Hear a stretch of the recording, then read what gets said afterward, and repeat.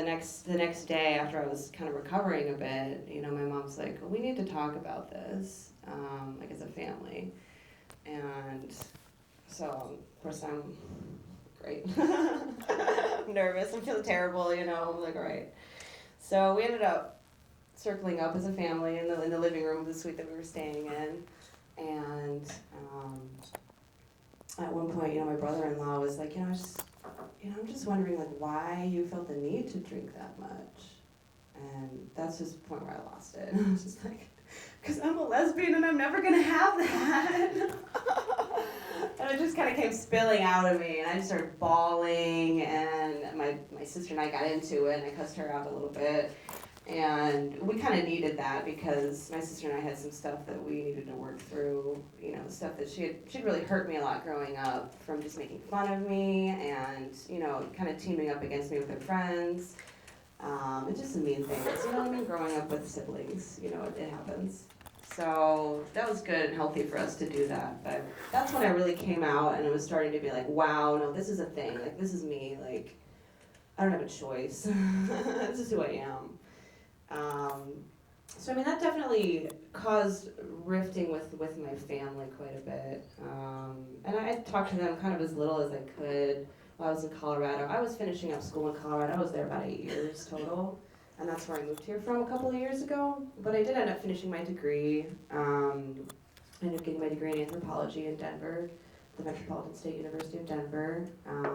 But through that whole process, I was dating my girlfriend, my ex-girlfriend. And we could never quite figure out, if we were girlfriends, if we wanted to be together, But I was starting to become more and more comfortable with my sexuality. I'm like, I want to date. Like, I want to date women. You know what I mean? I want to go out and figure out what my sexuality is.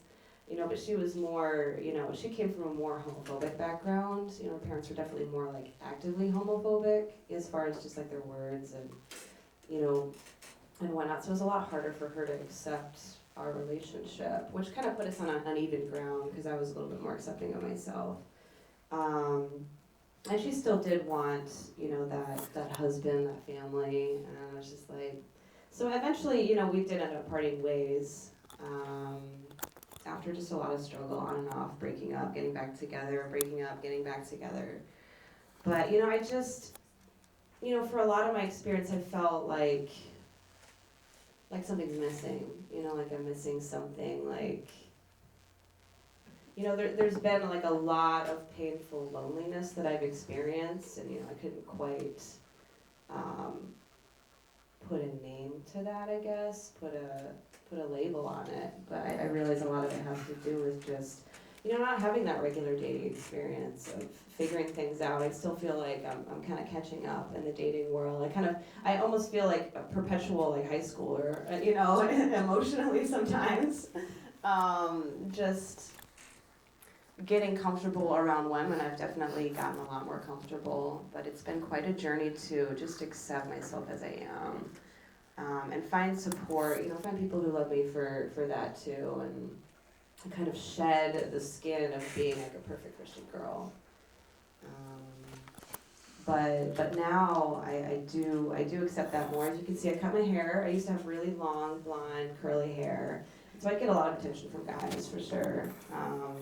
But I had just, I fiddled around with guys for a while, but I just never really got into it. It wasn't the same for me, so I definitely have been learning about my own preferences and my own, just my own heart, my own experience, learning that. And it's really hard because in our culture, the pop songs and everything tell us to follow our heart, but the rest of society is just kind of like, structure, like know what you want to do, like, there's a certain way of doing things, and if it doesn't fit, it's really kind of hard.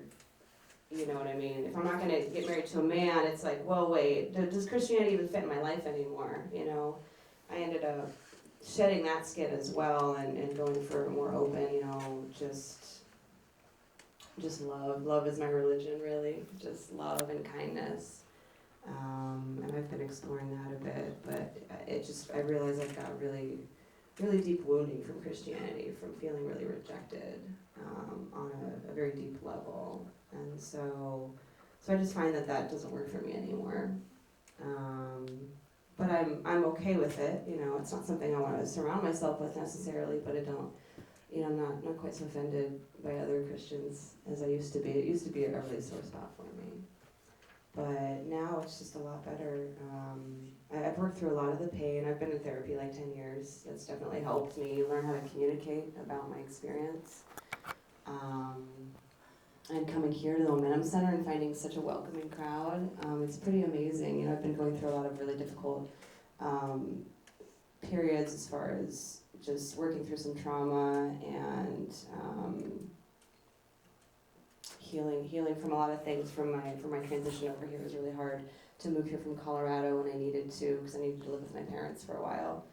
And I just found such a welcoming crew around here. It feels right to be embracing this side of myself, and I feel like it is ultimately my mission to keep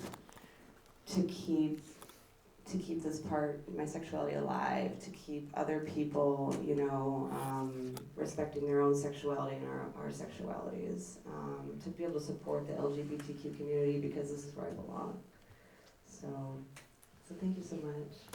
Thank you.